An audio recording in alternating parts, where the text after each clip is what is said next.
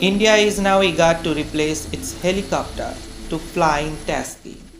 An IIT Madras startup has developed an electric flying taxi prototype which claims it can ferry passengers quicker than even a helicopter. The startup, which was formed back in 2017, showcased the flying taxi prototype during the Aero India show in Bengaluru this week.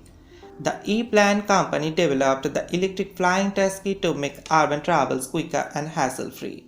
The prototype is an electric vertical takeoff and landing model and offers a range of around 200 kilometers on a single charge. The startup claims that the electric flying taxi can travel 10 times faster than cars. It also claims the cost of one ride per passenger will be around 2 times more than what Uber usually charges for the same distance.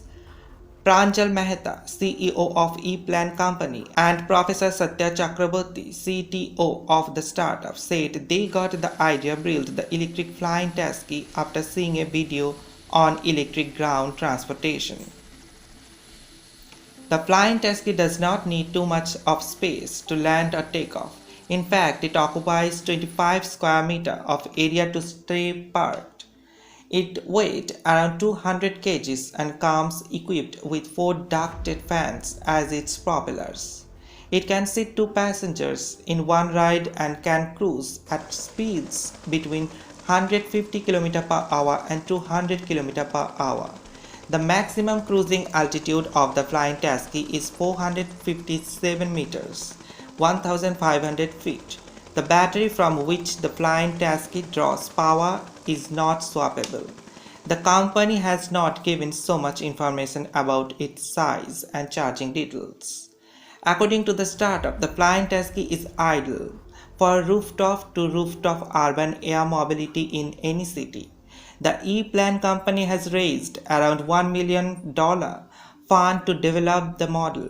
As of now, this flying taxi requires a pilot to operate. However, the startup intends to offer autonomous technology in future. However, the flying taxi has not been showcased in action at the Aero India show. The company is aiming for the E200 to make around 10 short trips of 10 to 15 km on one battery charge.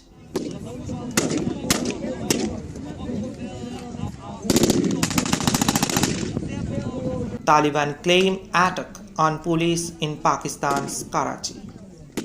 Militants launched a deadly suicide attack on the police headquarters of Pakistan's largest city on Friday, officials said, as the sound of gunfire and explosions rocked the heart of Karachi for several hours. 3 security forces and a civilian were killed and 18 security forces wounded, according to government officials and Ghulam Nabi Memon, police chief for the southern Sindh province where Karachi is located. 2 suicide bombers were killed and at least one blew himself up after entering the police building.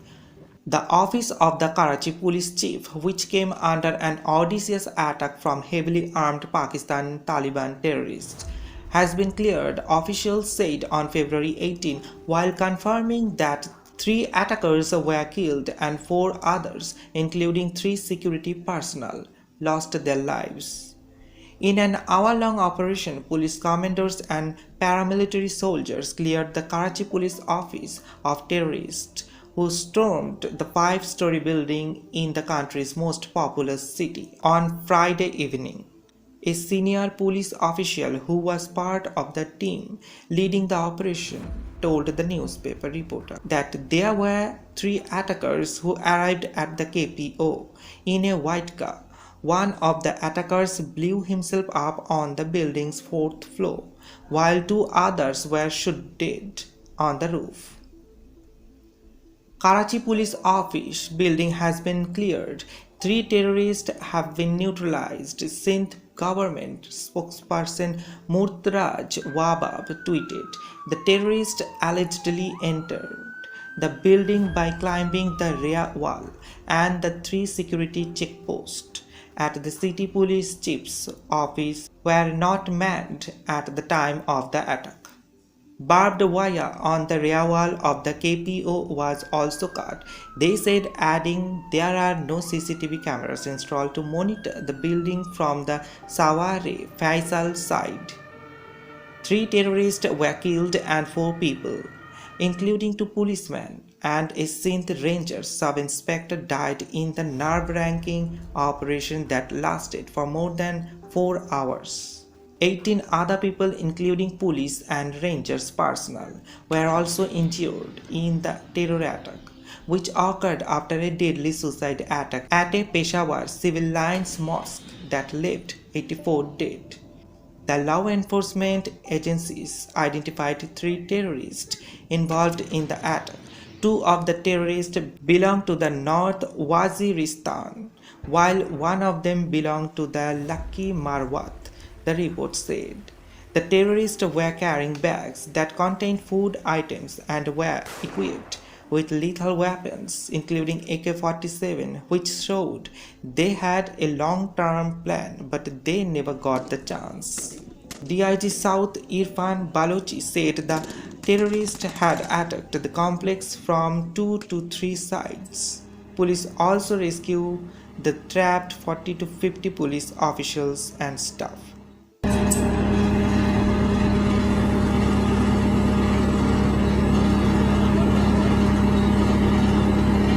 North Korea has fired an intercontinental ballistic missile ICBM on Japan. The Defense Ministry confirmed it was launched on Saturday, flew for 66 minutes and landed in the Sea of Japan. It comes after Pyongyang showed off its massive military might in a parade that included more than a dozen ICBMs. On Friday, North Korea threatened to unleash an unprecedentedly strong retaliation to any military drills between South Korea and the US. The annual springtime exercises, which are due to start next month, are designed to help fend off North Korea's increasing nuclear threats. But Pyongyang has long insisted they are in preparation to invade North Korea. Saturday's missile, which is the first to be launched since New Year's Day, splashed down west of Hokkaido in Japan's Executive Economic Zone at 9:27 GMT. Japanese Prime Minister Fumio Kishida said, an EEZ, Executive Economic Zone, is an area of the sea that a country has jurisdiction over. Japan's is a 200 nautical mile area of its coast. It flew an estimated 900 km and reached an altitude of 5,700 km. Government spokesperson Hirokazu Matsuno said in Tokyo. While that is incredibly high, the edge of space is about 100 km. It is not the highest a North Korean missile has flown. In November, an ICBM reached an altitude of 6,100 km. Previously, in January 2022, North Korea released extraordinary photos of the Earth that it claimed were taken from a missile launched that reached 2,000 km. ICBMs are particularly worrying because of their long range, including mainland United States. Japan's defense ministry said Saturday's missile would have been able to do this with a possible range of 14,000 km.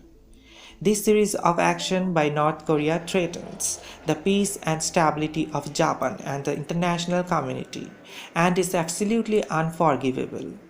South Korea's military reported the missile was launched from the Sunan district north of Pyongyang, where the international airport is located. It is also where North Korea has launched most of its recent ICBM tests. North Korea's ballistic missile and nuclear weapons programs are banned by the UN Security Council, but this has not stopped Pyongyang from continuing with its weapon development and holding elaborate military parades to show them off. Just over a week ago, Pyongyang showed off its largest display ever of intercontinental ballistic missiles in a midnight military parade, which was attended by leader Kim Jong-un.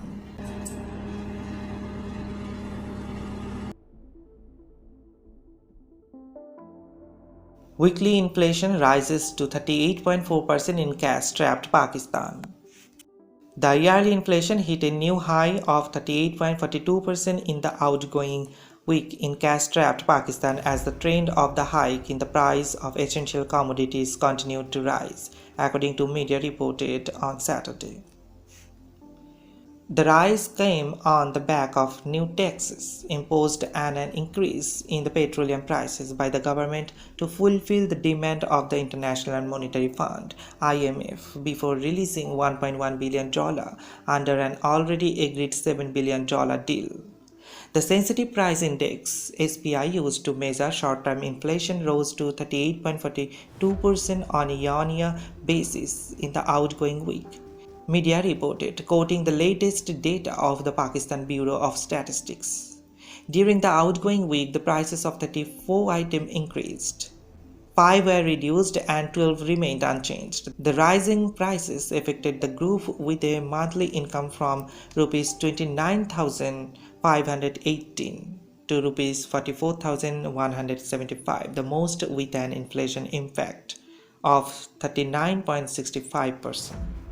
On a weekly basis, the SPI increased by 2.89% in comparison with the rise of 0.17% in the previous one.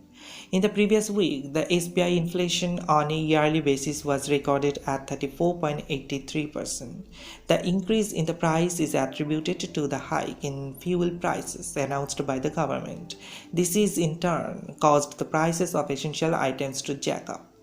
The SPI is used gauge the prices of 51 essential items based on a survey of 50 markets in 17 cities in the country.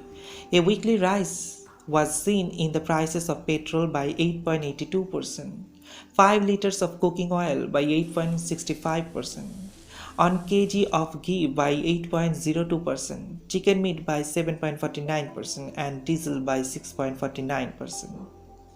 A week-on-week decline was seen in the price of tomatoes by 14.27%. This was followed by a reduction in the price of onions by 13.48% on a weekly basis. Similarly, the price of eggs went down by 4.24%, garlic by 2.1%, and flour by 0.1% on a week-on-week basis. The highest year-on-year basis increase was witnessed in the price of onions, which went up by 433.44%.